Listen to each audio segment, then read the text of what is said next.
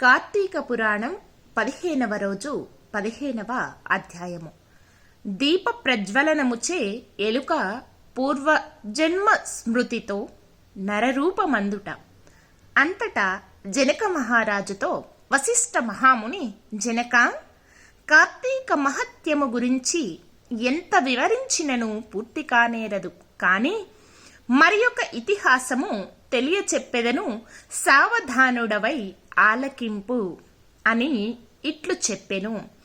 ఈ మాసమున హరినామ సంకీర్తనలు వినుట, చేయుట, శివకేశవుల వద్ద దీపారాధనను చేయుట, పురాణమును చదువుట లేక వినుట, సాయంత్రము దేవతా దర్శనము చెయ్యలేని వారు కాలసూత్రమనేడి నరకముపై పడి కొట్టుమిట్టుడగుదురు. కార్తీక శుద్ధ ద్వాదశి దినమున మనసారా శ్రీవారిని పూజించిన వారికి అక్షయ పుణ్యము కలుగును. శ్రీమన్నారాయణుని గంధ పుష్ప అక్షతలతో పూజించి ధూప దీప నైవేద్యములు ఇచ్చిన ఎడల విశేష ఫలము పొందగలరు. ఈ విధముగా 1 రోజులు విడువక చేసిన ఎడల అట్టివారు దేవదుందుబులు మ్రోగచుండగా విమానమెక్కి వైకుంఠమునకు పోవుదురు.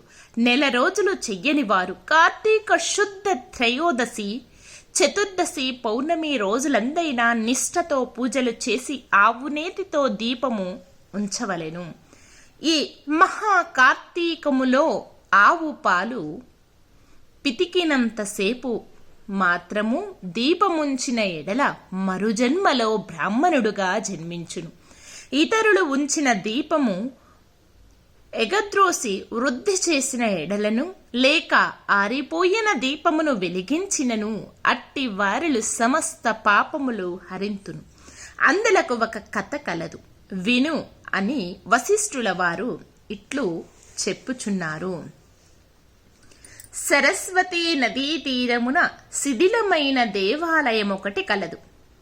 కర్మనిష్ఠుడనే దయార్థ హృదయుడగు ఒక యోగి పుంగవుడు ఆ దేవాలయము వద్దకు వచ్చి కార్తీక మాసమంతయు అచుటనే గడిపి పురాణ పఠనము చేయు తలంపు రాగా ఆ పాడుబడి ఉన్న దేవాలయమును శుభ్రముగా ఊడ్చి నీళ్లతో కడిగి బొట్లు పెట్టి ప్రక్క గ్రామమునకు వెళ్ళి ప్రమిదలు తెచ్చి దూదితో ఒత్తులు చేసి 12 దీపములుంచి స్వామిని పూజించుచు నిష్ఠతో పురాణము చదువుచుండెను.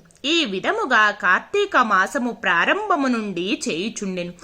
ఒక రోజున ఒక మూషిక ఆ దేవాలయములో ప్రవేశించి నలుమూలలు వెతకి తినటానికి ఏమీ దొరకనందున అక్కడ ఆరిపోయి ఉన్న వత్తిని తినవలసిన దేనని అనుకుని నోట కరుచుకొని పక్కనున్న దీపము వద్ద ఆగెను.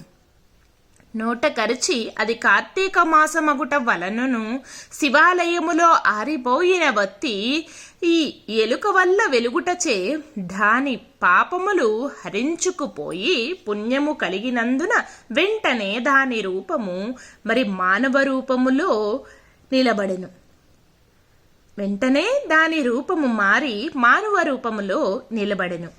ధ్యాన నిష్టలో ఉన్న యోగి పుంగవుడు తన కన్నులను తెరచి చూడగా పక్కనొక మానవుడు నిలబడి ఉండుటను గమనించి, ఓయి, నీవెవడువు, ఎందుకిట్లు నిలబడి ఉంటివి అని ప్రశ్నించగా, ఆర్య, నేను మూషికమును. రాత్రి నేను ఆహారమును వెతుకుకుంటూ ఈ దేవాలయములోనికి ప్రవేశించి ఇక్కడ కూడా ఏమీ దొరకనందున నెయ్యి వాసనతో నుండి ఆరిపోయిన వత్తిని తినవలనని దాన్ని నోట కరచి పక్కనున్న దీపం చేత నిలబడి ఉండగా నా అదృష్టము కొలది ఆ ఒత్తి వెలుగుటచే నా పాపములు పోయినందున కాబోలు వెంటనే పూర్వజన్మ మెత్తితిని. కాని ఓ మహానుభావ, నేను ఎందుకీ మూషిక జన్మమెత్తవలసి వచ్చినో దానికి గల కారణమేమిటో విశదీకరింపమని కోరెను.